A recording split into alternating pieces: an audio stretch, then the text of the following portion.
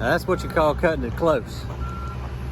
We just got done setting the last rock at, I don't know if you can see that, 155.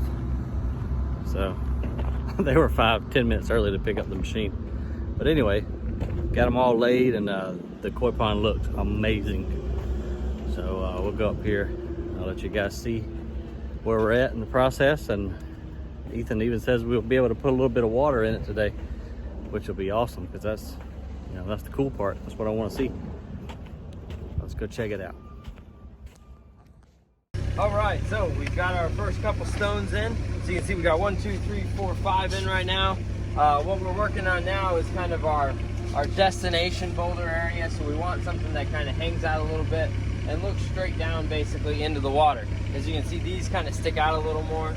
So what we look for here is something that has a more straight up and down face to it, so that when we place a stone on it, it's going to drop right into the water. You're going to look like it's right over the water. So we've also picked out another one for here. That's going to go. Once these start to get kind of in place, we're going to lock them in with just some smaller stuff and gravel, like you see this pocket back here. And then once those are locked in place, we can start actually graveling the floor beneath us. So things are going well. We've only been into it about probably an hour. Already got 5 in place, so going good. I like it. Looks great, man. Good job. I was just telling them how we set the last rock at 10 till 2. Yeah. They showed up. That's crazy.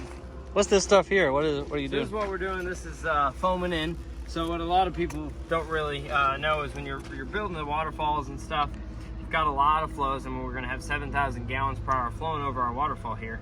But there's still, water will find its way just about anywhere. So all underneath the crevices of the rocks, all in between every little dip, water will be lost. So eventually we'll turn this thing on if we didn't use any of this, and we would only see maybe 1,000 gallons of water flowing over this. So what we're doing is we're foaming in with our pond and waterfall foam, in between, around the cracks of the rocks, all the way up our waterfall to the top. And then what that is going to do is then, as it hits these crevices, instead of going down, it'll actually make that float and come all the way back up over. So it'll kind of fill in all our cracks and crevices. You're making all the water stay up top. Correct. Which is where we want it, because we want to see it. Yep, exactly. Ah, awesome. Okay, fantastic. And we found that nice cedar log in the landfill yesterday. So Ethan had the cool idea to stick that in here, and it looks like a piece of tree that's floated downstream and gotten wedged and been there for a long time. We'll cut that top section off up there and hide the cut with rocks, and of course he's got the bottom already hidden. So it's coming together. We'll be able to put water in here really soon. All right, so what we're doing here is we're actually bib lining. What that means is we've got this area here that we don't want water disappearing in, just like adding the foam. But this is a large area that we really need to kind of foam up so that the water flows up and over our stones and not down and underneath it.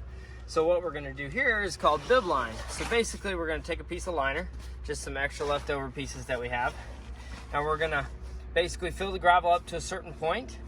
Then we're gonna lay this out and cut it to our exact shape of our stone, foam underneath it, put this on top, foam around the edges, and then gravel right over top. And that saves us a lot of foam from having to fill this whole thing up with foam. I see, kind of like a patch. Yes, and then it seals really nicely to all the edges, so it works really well for bringing that water level up, especially in back areas like this. Okay, cool trick. So here's where Aaron stole my job. So he ran down here to get the hose pipe. I'm better than you are anyway. Yeah, you wish. Or whatever. Boy, it really brings out the color in that rock there.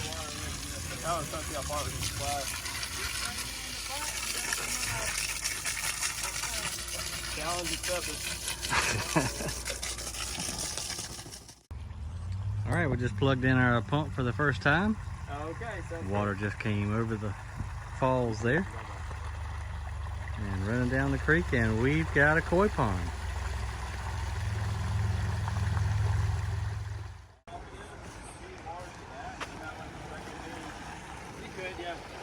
What do you think, ma'am? I love it. Isn't it awesome? Yeah.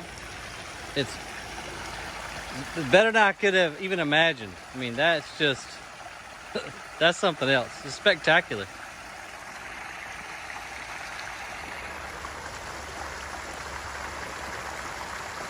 Yeah, I'm thoroughly impressed. And you'd be amazed how just a rock here or there would change your waterfall. So like it'll change the sound, where you put it, how much, how deep you put it, will change how much water's coming over in different areas. You can divert less water, you can divert more water, you can do all kinds of stuff. See how much thicker we have water running over now versus without this, it's a lot thinner. It's just a thin sheet. So you can do all kinds of different stuff by just now making little adjustments here or there. I love that cup right there in the rock. This here? Yeah. Yeah, it's pretty sweet. It really makes it look like this has washed this over tons of years. Yeah. That little cutout in that stone is probably my favorite. I love how this washes through here. It does look natural. Yeah. For so sure. Cool. So cool. Man, when we get this thing planted, it's gonna look unreal. Amazing. Good job. You did. Good job, everybody. Yeah. All right.